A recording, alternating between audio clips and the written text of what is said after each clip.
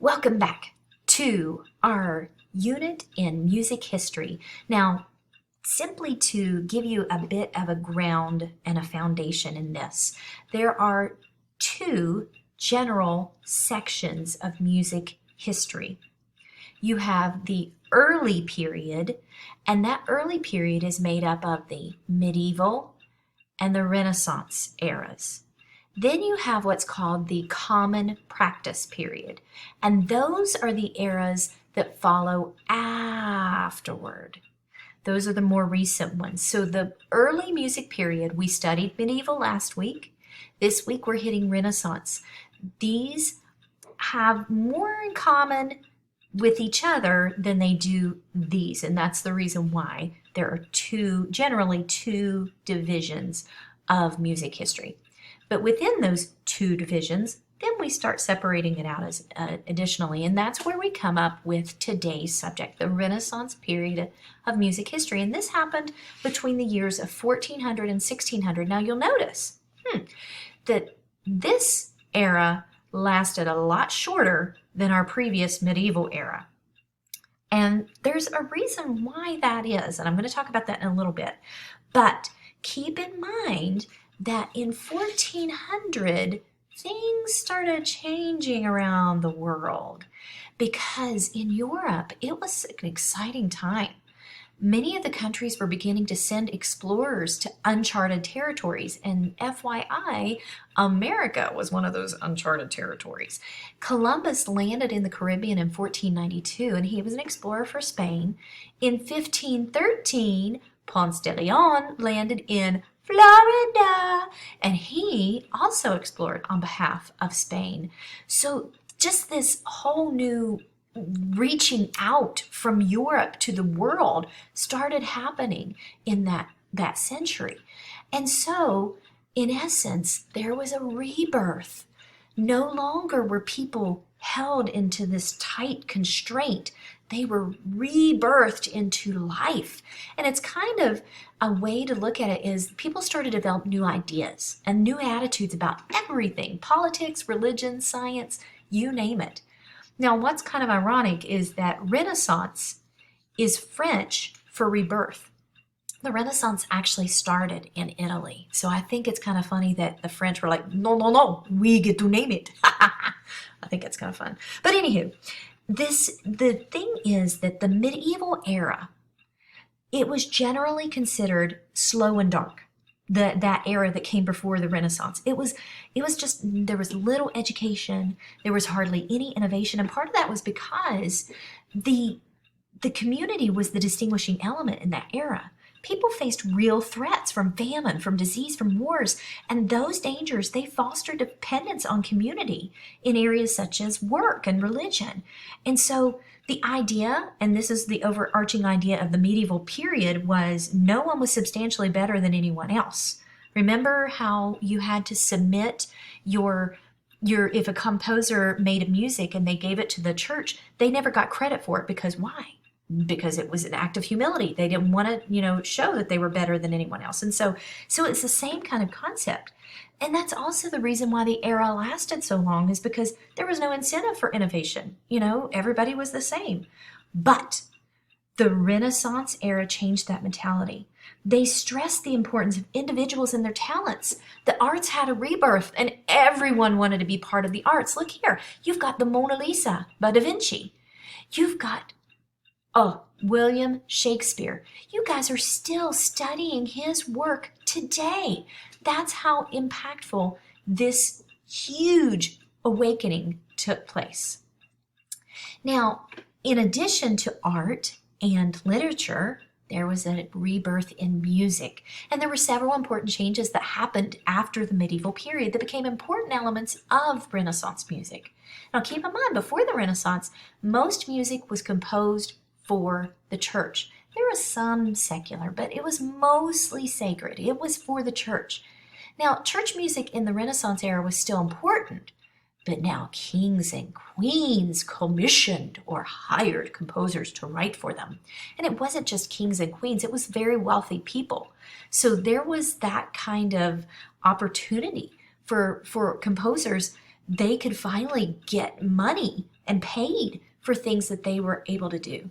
Composers started to write music for instruments, but the greatest music of the Renaissance period is vocal or choral music. In fact, I was reading something that talked about the Renaissance was the golden age of choral music. Now, the Renaissance had some music instruments that became common during this period. And if you'll notice, there are 4 instrument families. Remember, I told you they've been around a long time. Now, I specifically wanted to reference these 2 instruments, the sackbut and then the recorder. The sackbut is today's trombone, and if you talk to someone who is a jazz musician who is significantly older, like the World War II boomer generation, they may refer to a trombone as a sackbut. I've actually had a few people do that. And so it carried that name all the way from the Renaissance era. The other is the recorder. And you guys have seen the recorder in my classroom. There's a picture of it here. And again, I wish my camera on my computer works. For some reason, it's glitching today, so I can't do that. But I wanted to just play a quick tune, and it's the same concept. Though mine is plastic, the recorder was simply a hollowed out wooden instrument that you blew wind through. Here we go.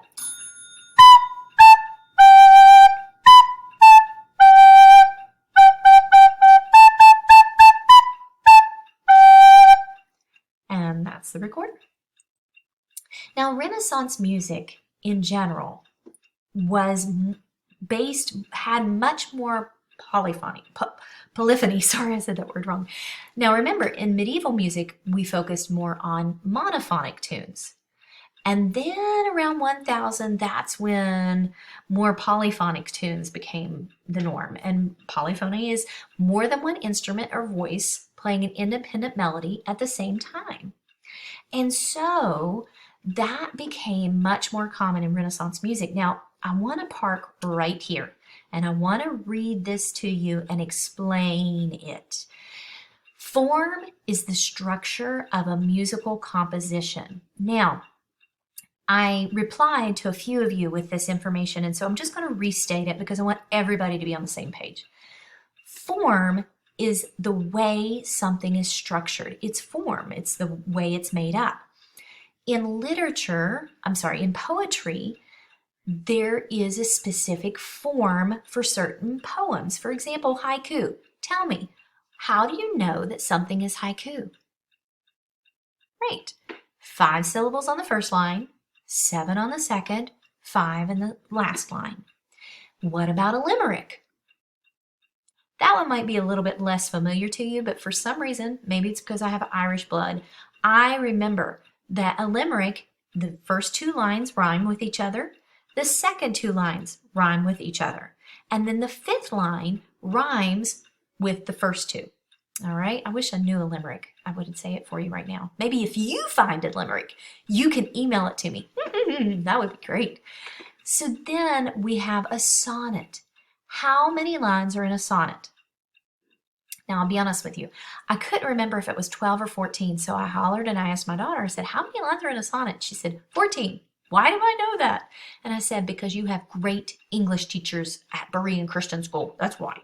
So that is a specific form in poetry. It's the same with music. Each of these specific types of songs, of forms, have a particular way that they're made up. For example, in Renaissance music, there was the sacred music. This is connected to religion. That's what sacred means. The masses usually had 5 sections, not seconds. You had the Kyrie, the Gloria, the Credo, the Sanctus, and the Agnus Dei. I would encourage you to look those up. It's really kind of neat what they represented. Then you had motets, and we talked about this in medieval, and it carried on over to the Renaissance. Motets used 3 or 4 voices, and it was based on Latin texts, and they sang as part of the church services.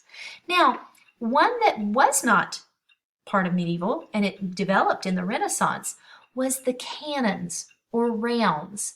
Those repeated melody lines at consistent intervals. For example, the song Row, Row, Row Your Boat. So guess what we're going to do? We're going to sing it. I'm going to start it, and then you start your section when I clap. So here we go. Row, row, row your boat gently down the stream. Merrily, merrily, merrily, merrily, life is but a dream. We sing together, life is but a dream. That's what I'm talking about. That is a canon or a round.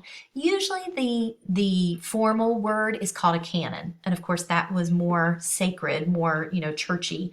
Secular, you'll notice that that's repeated in the second part. Secular, which is not religious, those were usually called rounds. So in the secular forms that were popular, there were madrigals. And madrigals were considered dance music set to short lyrical love poems. Today, we watch madrigals, and though we see the dance as river dance. Is that not funny? We still get to see how people dance to these beautiful songs. Chanson was sung by troubadours. Those were musicians who would travel the countryside, and they would set those to courtly or popular poetry. And again, we talked about rounds and canons and what they were.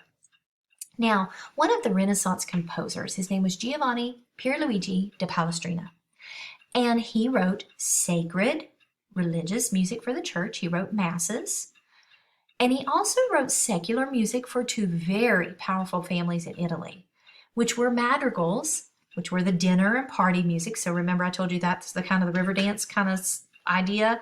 You can imagine people dancing to that. Really fun, really exciting music. He wrote more than 700 vocal and instrumental works. That's incredible.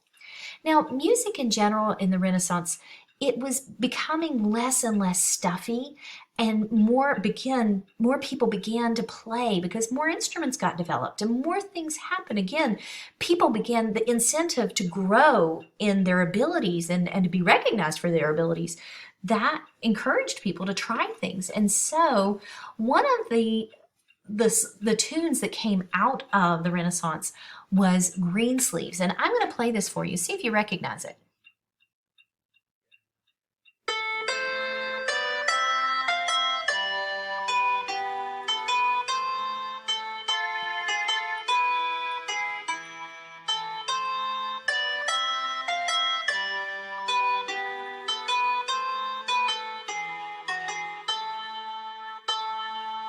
It's true. That was in the 1800s. That tune, that melody was taken and someone made it into a Christmas carol, and you may recognize it as What Child Is This?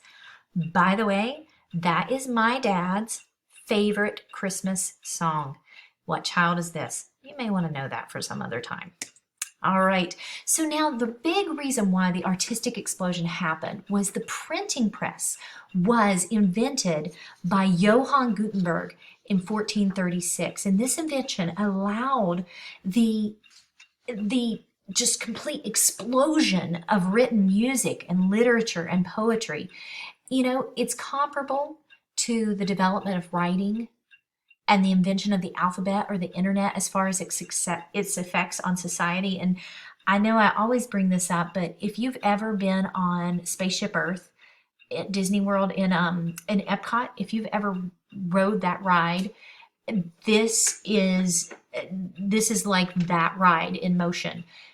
The printing press was huge. It was huge on the effects of everything, and it allowed information to get to everyone with less cost, but also less effort, because people didn't have to handwrite everything. It just really changed the way everything happened.